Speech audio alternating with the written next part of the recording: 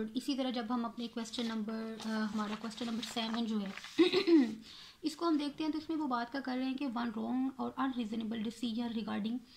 regarding grant of custody of the minor would cause irreversible damage to the community. Discuss requisite qualifications and disqualification in the context where mother and father have competing claims for guardianship for adjourning cases for grant of custody instituted under the provisions of Guardian and Wards Act 1890.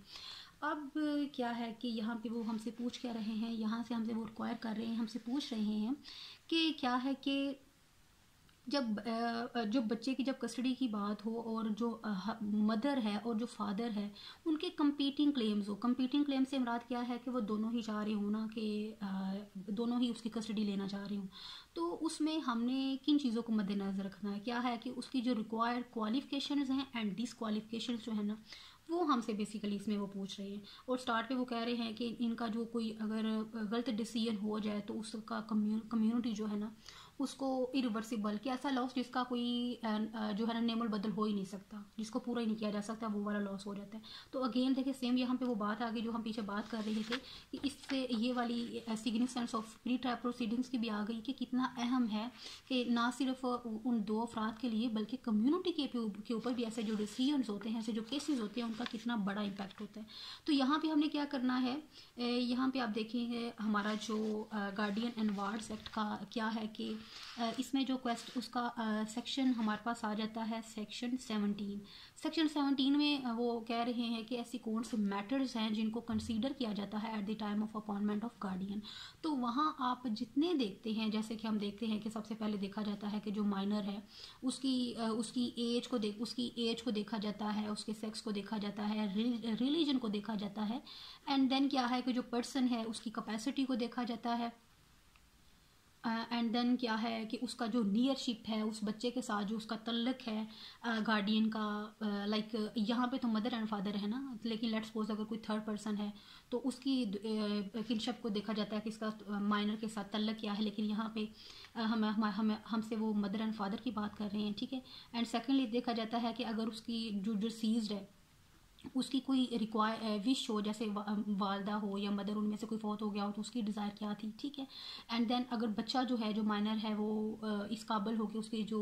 वो reasoning कर सके, इतना adult हो, तो then उसका जो opinion होता है उसको भी वो भी बहुत ज़्यादा मैटर होता है। तो ये एक तरह से सेक्शन 17 में हमें जो बताई गई है ना ये उसकी क्वालिफिकेशंस ही हैं, ठीक है, कि हमने उसको अपॉइंट करते वक्त किन किन चीज़ों का ख्याल रखना है। और इन्हीं का जो है ना आप अपोजिट करो तो वो उसकी क्या हो जाएंगी, वो उसकी डिस्क्वालिफिकेशंस हो जाएंगी। तो ये वाला जो क्वेश्चन है इसमें हमने इन्हीं सारी चीज़ों को जो है ना वो डिस्कस करना है। पहले हमने रिक्विजिट क्वालिफिकेशंस एंड डिस्क्वालिफिकेशंस को लिखना है, एंड देन इसका जो है ना एनालिसिस करते वक्त लास्ट पे हमने क्या करना है, जब एनालिसिस करना है हमने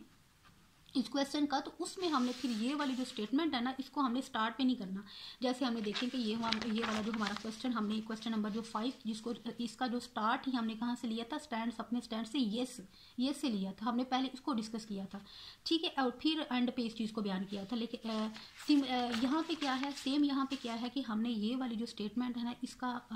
इसके हवाले से अपना एक ओपिनियन, अपना एक जो एनालिसिस है इन सारी चीज़ों को देखते हुए अपना लास्ट पे उसके रिक्विजिट को लिख के तो अपना जो एनालिसिस है उसमें ये चीज़ें बयान कर देनी है कि यस अगर कोई ऐसा कोई डिसीजन हो जाता है तो इससे क्या होता है, इरिवर्सिबल लॉस जो है ना वो होता है, right. And then question number हमारे पास आ जाता है, क्वेश्चन नंबर है 8 हमसे क्या पूछ रहा है कि describe kinds of Dover and explain with illustrations that which kind of Dover would become when payable and what is the limitation for the recovery of each kind of Dover. तो यहाँ पे जनाब हमारे पास 3 चीज़ें आ गई हैं, क्या क्या, एक तो हमने काइंड्स बतानी है, क्या करनी है सबसे पहले हमारे पास क्या है, सबसे पहले हमने उसकी काइंड्स बतानी है, ठीक है, डोवर की। तो आपको पता है काइंड्स हमारे पास क्या है, हमारे पास 2 है, एक तो हमारे पास प्रेस्क्राइब्ड है और एक है हमारे पास प्रॉपर है, ठीक है। अब देखो प्रेस्क्राइब्ड से फ़ौरन पता चल रहा है कि एक चीज़ जो बता दी गई हो, ठीक है,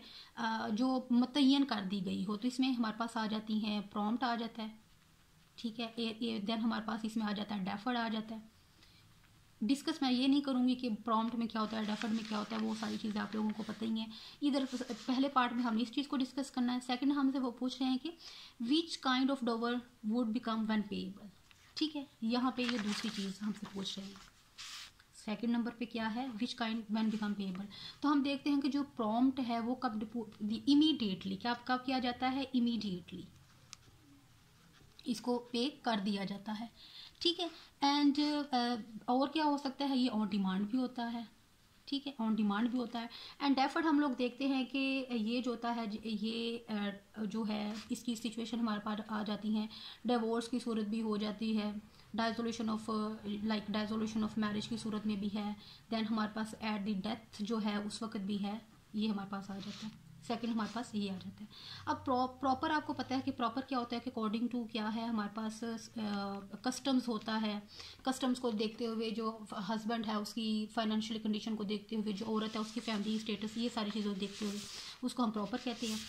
एंड थर्ड वन हमारे पास क्या है कि and what is limitation for recovery of each kind of डॉवर। तो ये हमारे पास थर्ड पार्ट है। थर्ड पार्ट हमारा क्या है यहाँ पे, नंबर थर्ड पे हमसे वो पूछ रहे हैं उसकी period of limitation, like limitation for recovery of, कि कितना जो है वो हम लोग ले सकते हैं, वसूल कर सकते हैं। तो यहाँ पे हमें सबसे पहले ये चीज़ समझनी है कि limitation for the recovery of each से मुराद क्या है। तो वो बेसिक हमसे कह रहे हैं कि वो कितना अमाउंट जो है, तो उसका कितना परसेंटेज जो है ना वो एट दी अगर वो रिसीव किया जा सकता है या उसको वापस करना पड़ सकता है। तो इसके लिए दोबारा से हम लोग कहाँ जाएंगे, हम जाएंगे अपने सेक्शन क्या है अपना एक्ट जो है 1964 में, जो कि हमें बताता है कि इन केस के अगर जो है हमारे पास जो डाइसोल्यूशन ऑफ मैरिज का केस है, तो उस सूरत में क्या होगा कि उस सूरत में हमारे पास उसमें हम लोगों ने देखा कि जो प्री ट्रायल प्रोसीडिंग्स थी सेक्शन 10 में, कि वो बताता है कि अगर तो डाइसोल्यूशन ऑफ मैरिज का केस है, यहाँ पे वो वाली बात हमने इसका रेफरेंस देना है सेक्शन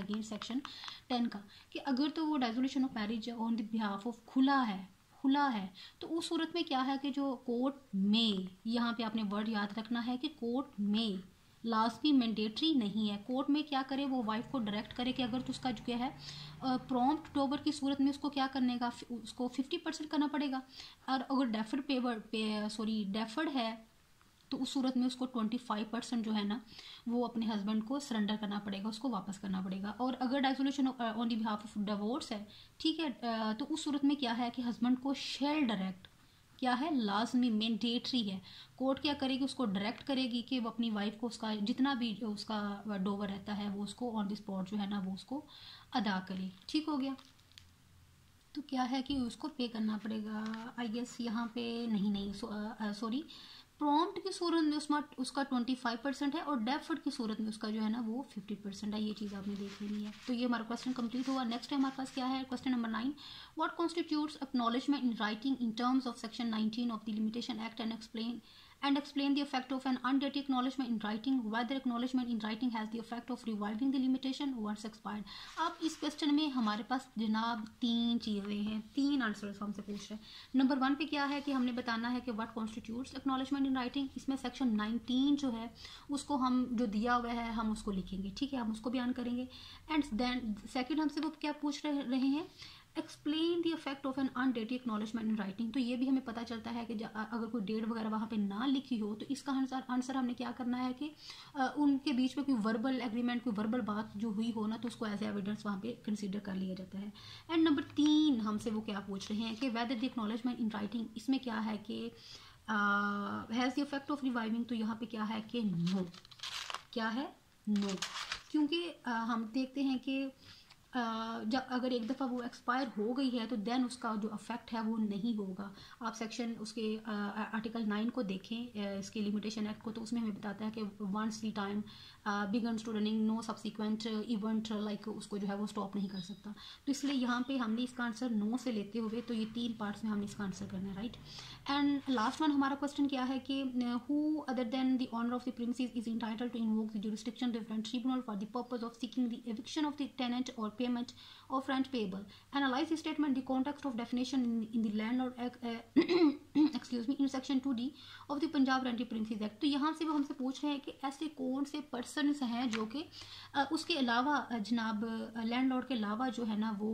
जो है वो रेंट उनको पे किया जा सकता है, या वो जो है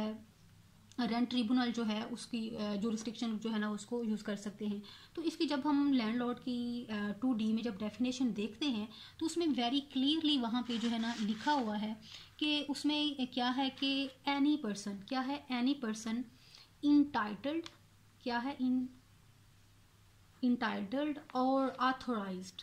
क्या है, ऑथोराइज्ड। अब